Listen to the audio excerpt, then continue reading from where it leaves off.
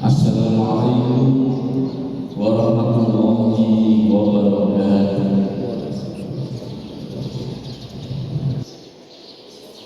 Innal hamdalillah nahmaduhu wa nasta'inuhu wa nastaghfiruh wa na'udzu billahi min shururi anfusina wa min sayyiati a'malina. May yahdihillahu fala mudilla lahu wa may yudlil fala hadiya lahu. Asyhadu an la ilaha illallah wahdahu la syarika lahu wa asyhadu anna sayyidana wa nabiyyana Muhammadan abduhu wa rasuluh. Allahumma shalli wa sallim wa barik ala sayyidina Muhammad wa ala alihi wa sahbihi wa sallam tasliman katsiran. Amma ba'd.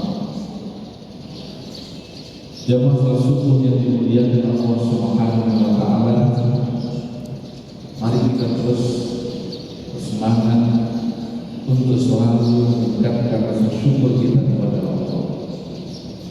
Limpahan nikmat yang tak terhingga, tak terhitung, patutlah kemudian kita ungkapkan syukur kita dengan ucapan alhamdulillah. Karena janji Allah pasti, karena kalau kita mau bersyukur, Allah akan meningkatkan fasilitas tambahan nikmat untuk kita. Ya, kita harap itu mampu mendorong kita lebih semangat dalam menjalankan ibadah kita. Salawat dan salam kita haturkan kepada junjungan Nabi kita Nabi Muhammad sallallahu alaihi wasallam yang diturunkan untuk kita sebagai nikmat yang luar biasa. Kita berusaha untuk mengikuti ajaran beliau yang tidak ada lain harapannya dengan mengikuti itu kita nantinya bisa berkumpul bersama beliau, mendapatkan syafaatnya yang Allah. Hadirin jamaah salat subuh yang dimuliakan Allah Subhanahu wa taala, Islam sudah menuangkan misi hidup ini minat zulmatil nur. Bagaimana kita dari kegelapan hidup itu didorong untuk kemudian menjadi hidup yang sesuai dengan apa yang Allah Subhanahu wa taala. Dari kegelapan menuju kehidupan terang benderang yang disinari oleh ajaran agama. Tetapi kita tersadar pada diri kita ada potensi bertumbuh kembangnya nafsu, ada potensi kesalahan dalam diri kita. Ketika itu kita lalai, ketika kita itu lupa bahwa kita ada potensi bertumbuh kembangnya nafsu itu, maka yang jadi kemudian sebagaimana disampaikan oleh Abu Bakar Siddiq, ad-dulmatu khamsun wa sirajun laha khamsun. Menurut Abu Bakar ada 5 kegelapan yang kadang itu menimpa diri kita, tetapi kemudian ada solusinya bagaimana kita bisa keluar dari kegelapan itu. Disebutkan ubudnya dulmatu wa sirajun at-taqwa. Cinta dunia ini adalah satu kegelapan, tapi manakala cinta dunia ini hanya diliputi oleh nafsu, tidak dijadikan sebagai sarana untuk bagaimana itu fasilitas membuat kita dekat dengan Allah.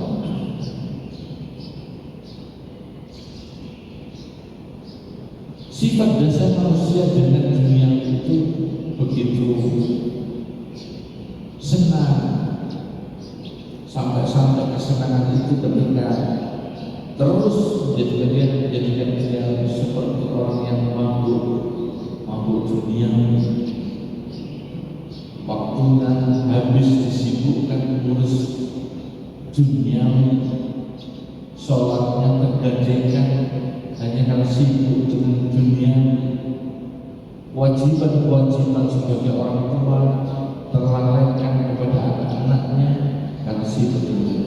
Itu manakala kubu dunia itu dikemas dengan dunia nafsu, sehingga menjadikan dia semakin jauh, semakin sombong, semakin arogan, merasa bahwa dunia sedang dia pegang, dia kuasai.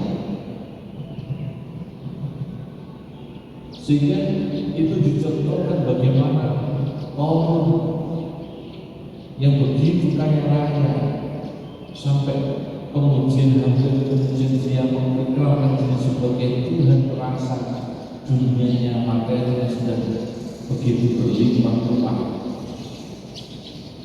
sehingga jadinya kemudian mereka ditenggelamkan dalam perut ini beserta kepadanya. Sehingga ketika orang itu suka duniawi, mencari hal yang sekolah, kadang-kadang harta karun, harta korun, itu adalah harta benda korun yang ditenggelamkan kembali ke dalam perut oleh Allah Subhanahu wa Ta'ala. Nah, untuk keluar dari itu maka bagaimana kita sejak awal menyadari bahwa dunia ini yang kita cari, yang kita kejar, itu semata-mata sebagai sarana untuk kita semakin dekat dengan Allah, semakin menyemangati diri kita dalam beribadah, ketakwaan kita semakin baik.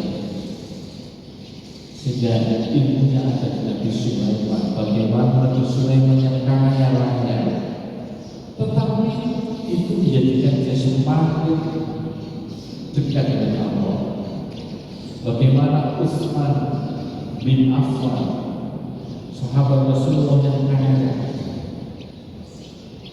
yang semua harta bendanya itu dibimbing dengan pikir takwa yang baik, maka harta bendanya akan terus berkembang berkah.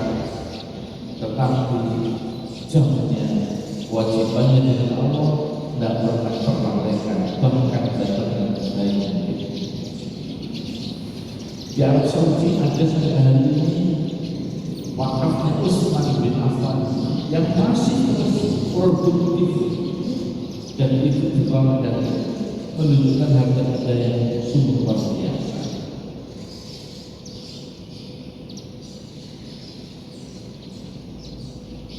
Abdurrahman bin Auf juga begitu.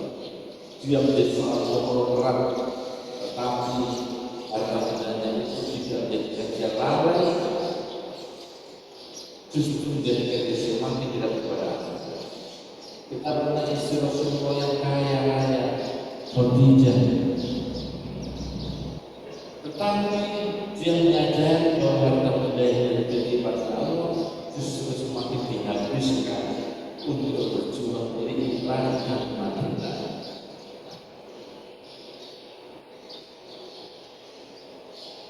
Sikap watak dasar manusia cinta dengan materi, tetapi bagaimana dunia itu kemudian tidak menjadi satu kegelapan hidup manakala harta benda yang diberikan Allah kepada kita milih dengan ketakwaan yang baik. Yang kedua, adzammu dzulman wa siratuhu at-taubah. Setiap anak Adam pasti bersalah. Kesalahan ini menjadi dia jatuh dalam kegelapan. Kadang-kadang seseorang melakukan kesalahan, di lain waktu ketika sudah dalam kondisi yang sadar sepenuhnya, ditanya kenapa kamu melaksanakan itu, apa datang kita bersama, dia mengerti. Tapi ketika itu posisi iman yang imannya mungkin dalam posisi yang berkurang, surut. Nah, itu potensi sangat berbuat pada yang salah, berdosa sangat mungkin, dan itu dia namanya jatuh dalam satu kegelapan. kunci untuk keluar dari kegelapan dosa itu adalah bertobat kepada Allah Subhanahu wa taala. Kullu bani Adam khata'un. Setiap anak Adam, anak turun Adam pasti punya kesalahan. Pasti punya kesalahan. Wa khairul khata'in at-tawwabun. Dan sebaik-baiknya orang yang mempunyai salah adalah manusia melakukan pertobatan kepada Allah Subhanahu wa taala. Kuncinya adalah dengan bertobat.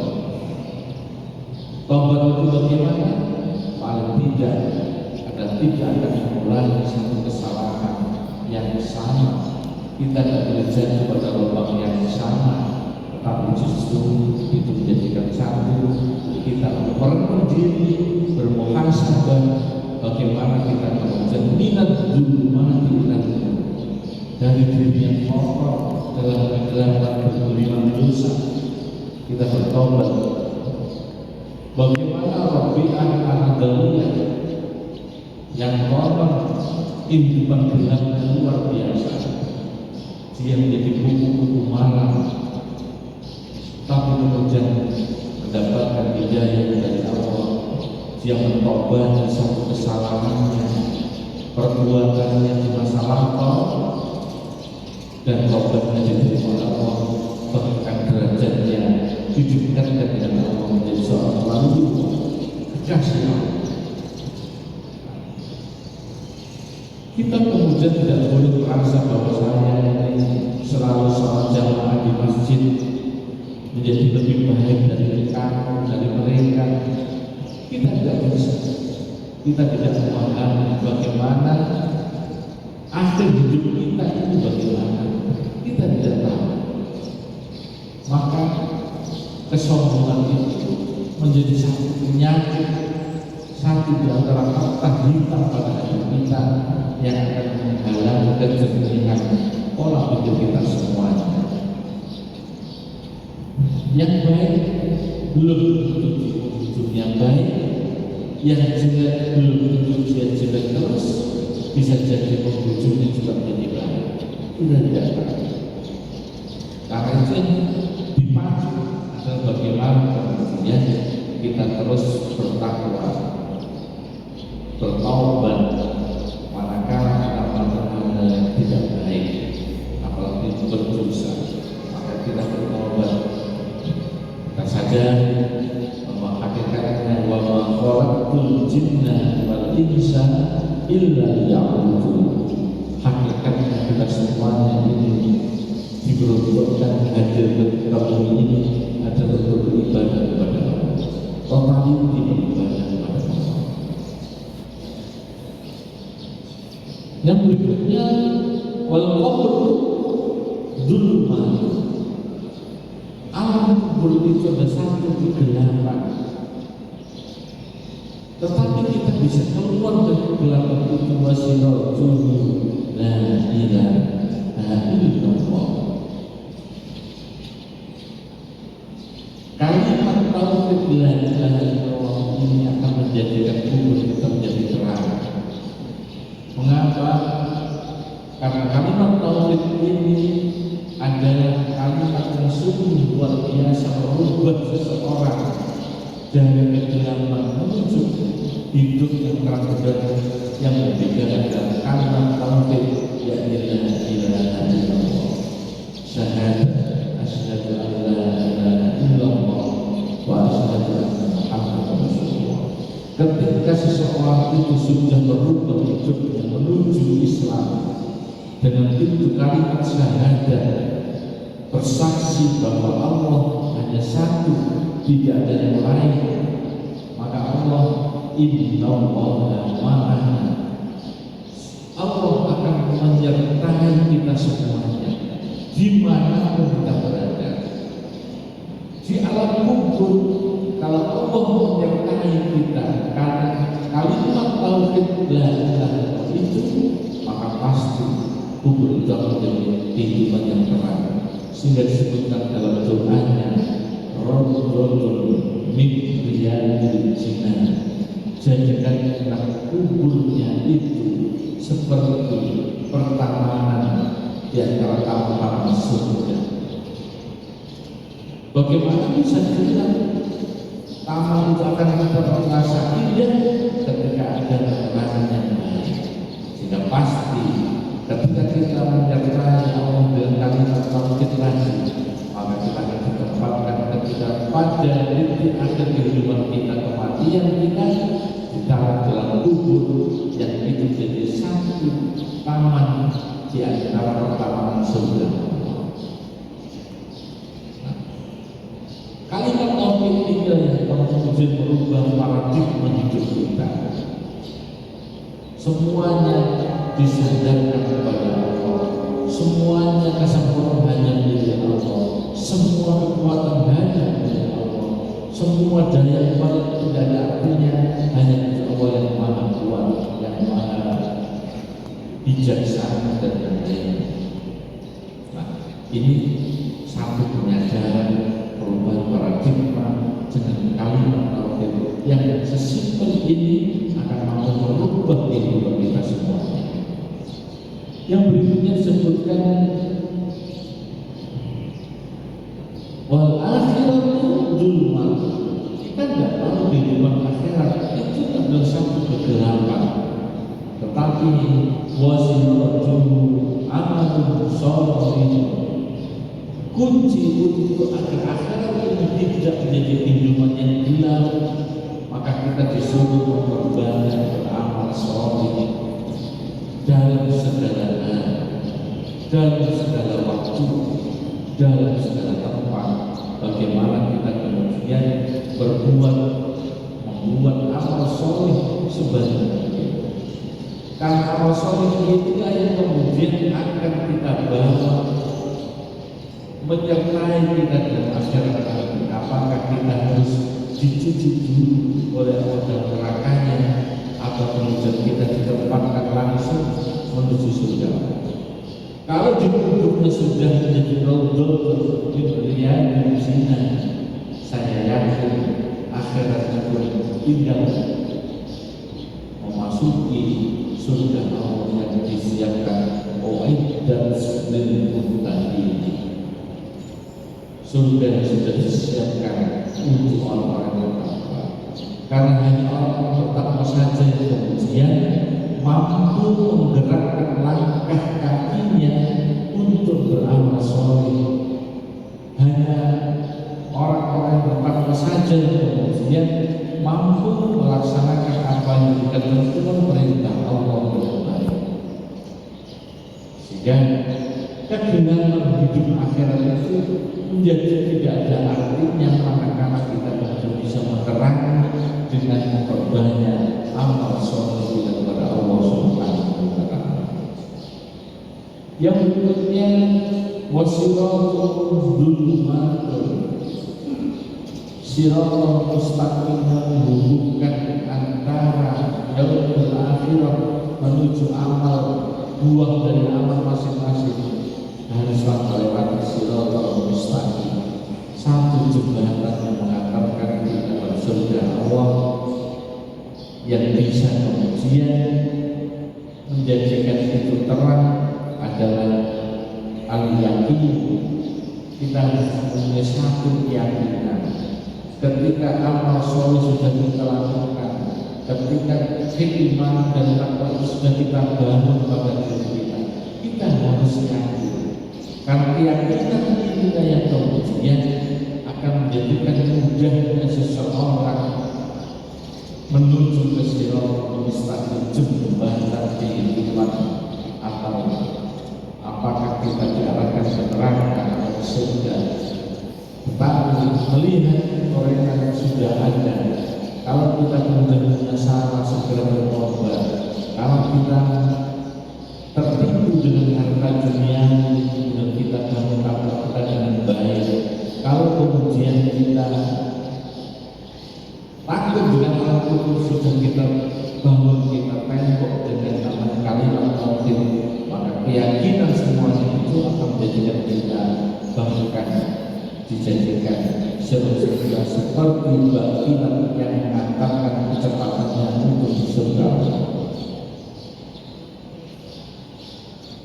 Mengapa kemudian kubur dunia menjadi bagian belakang? Karena kubur dunia roh sulul khoti'ah, cinta duniawi yang membangun kita, yang didorong hanya nafsunya saja, hawa nafsunya saja, maka sebenarnya kubur dunia itu menjadi roh sulul khoti'ah, puncak dari kesalahan agar kita mencintai dunia. Karena mereka membuat bingkai yang salah nafsu, maka dengan banyaknya harta dia bisa bermaksiat yang lainnya, dia bisa melakukan hal-hal yang kadang-kadang tidak ada. Karena itu, mari kesempatan yang Allah berikan ini, kehidupan ini kita gunakan semaksimal mungkin dengan terus meningkatkan kualitas keimanan ketakwaan kita semuanya. Kan dengan keimanan dan ketakwaan inilah yang kemudian akan menyelamatkan hidup kita, akan mengantarkan hidup kita minat dunia dari kehidupan yang hilang menuju kita terang-terang di dalam dikir Allah Subhanahu wa Ta'ala. Moga-moga Allah memberikan kemudahan, diberikan hidayah kepada kita semuanya, menjadikan akhir hidup kita kehidupan yang khusus